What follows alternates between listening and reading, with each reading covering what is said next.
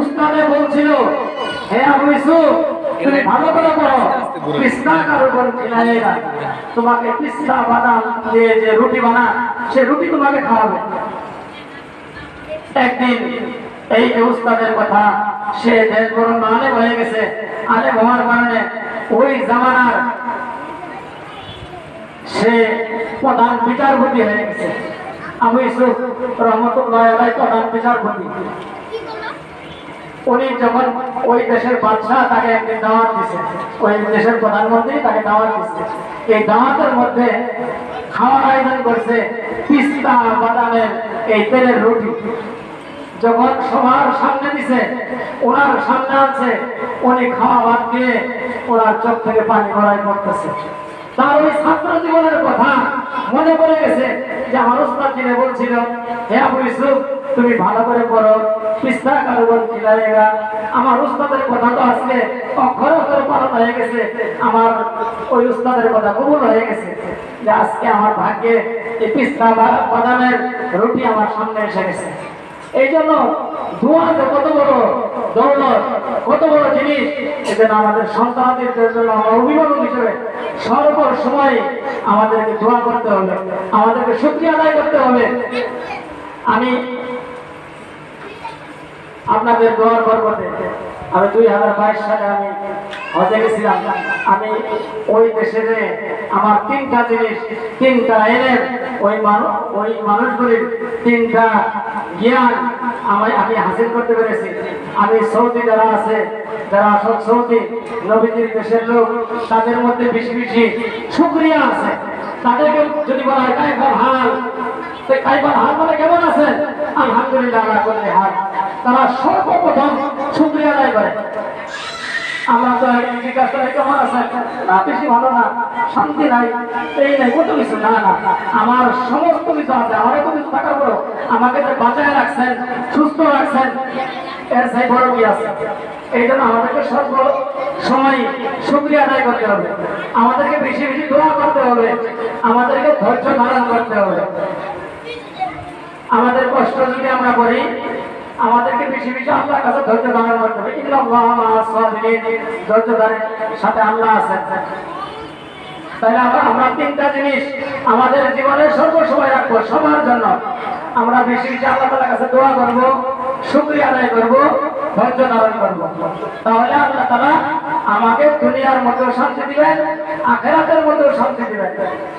আর একটা কথা আমি বলি, আমরা সকলেই আমাদের সন্তানকে মাদ্রাসায় দিয়েছি, আমরা একটা জিনিস ধ্যান করবো, লেখাপড়ার কিছু শর্ত শরায়েত আছে। কিতাবের মধ্যে 6টা শর্ত রয়েছে। দেখেন আমাদের ছেলে পড়াইতেছি, আমরা 6টা শর্ত আদায় করতেছি কিনা।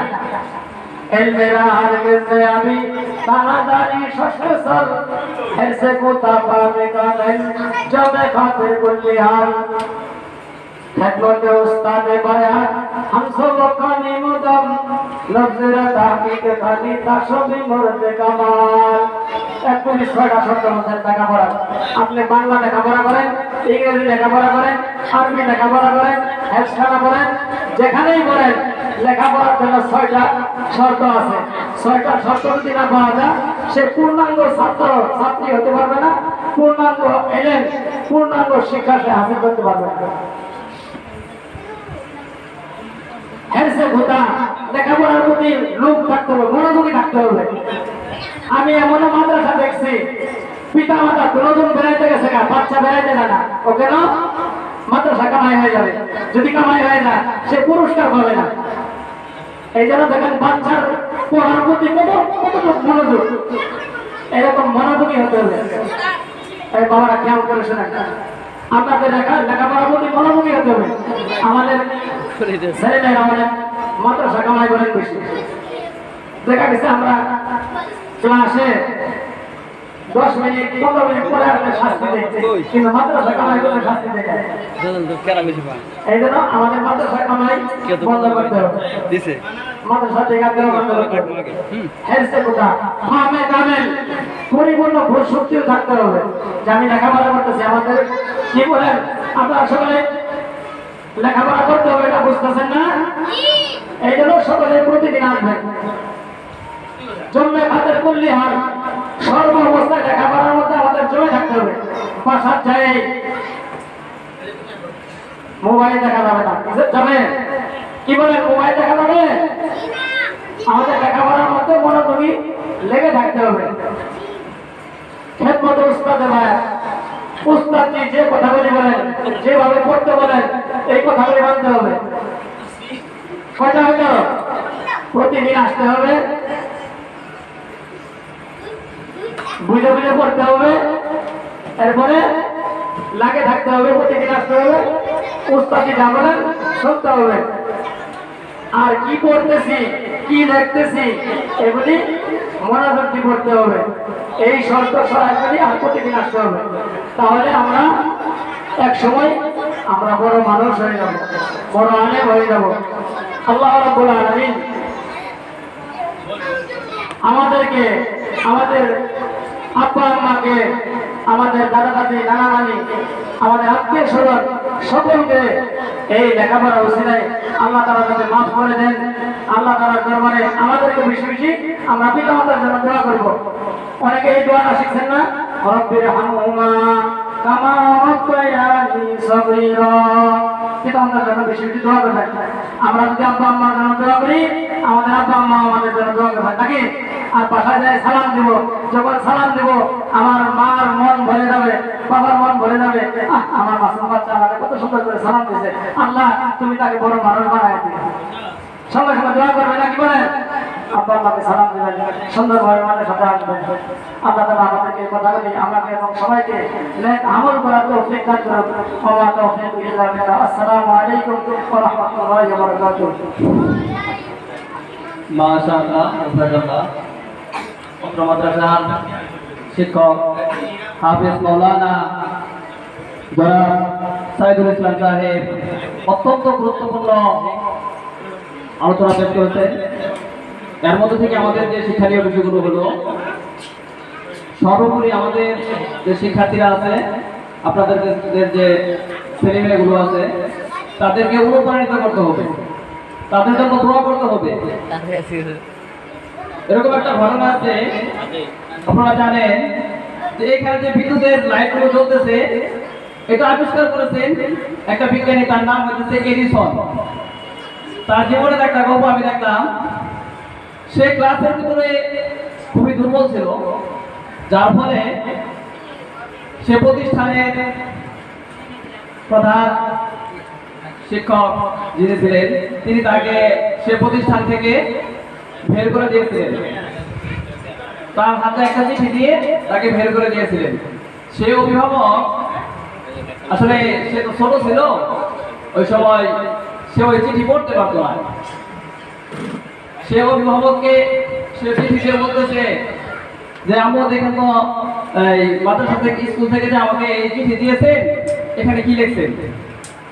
তখন সে শিক্ষার্থী এডিসনের যে অভিভাবক ছিল, তখন সে বলতেছে যে আপু, তোমাকে তো, তুমি আসলে ওই প্রতিষ্ঠানে যে আছে, ওই প্রতিষ্ঠানে নাকি ওই প্রতিষ্ঠান তোমার জন্য প্রযোজ্য না, তোমার আরো বড় প্রতিষ্ঠান তোমাকে ভর্তি করে দেওয়া হবে, তোমার মেধা অনেক। সে কিন্তু আসলে মূলত কি ছিল, দুর্বল ছিল। দুর্বল ছাত্রদের কারণে, দুর্বলের কারণে তাকে সে প্রতিষ্ঠান থেকে বের করে দিয়েছে। সে অভিভাবক তখন বলছে কি, যে তুমি আরো ভালো প্রতিষ্ঠানের যোগ্য, তুমি ওই প্রতিষ্ঠানের যোগ্য না। এটা কি করা হলো, সে শিক্ষার্থীকে অনুপ্রেরণা করা হলো যে তার ভিতরে কি মেধা আছে। এর জন্য আমাদের যে সন্তানরা আছে, তাদেরকে সবসময় কি করবেন, অনুপ্রাণিত করবেন, তাদেরকে সবসময় আগ্রহ দিয়ে সহিত কথা বলবেন, তাদেরকে ধমক দেবেন না। এই মুহূর্তে পত্র প্রতিষ্ঠানের শিক্ষার্থী ইসলামী সঙ্গীত নিয়ে আসছেন মোহাম্মদ আরিফুল ইসলাম। মোহাম্মদ আরিফুল ইসলাম এফ বিভাগের শিক্ষার্থী ইসলামী সঙ্গীত নিয়ে আসছেন আরিফুল ইসলাম।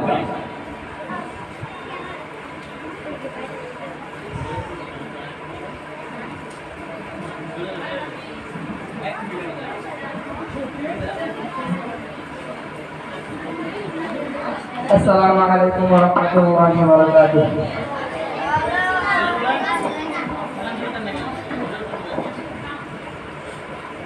মদিনার মাঠে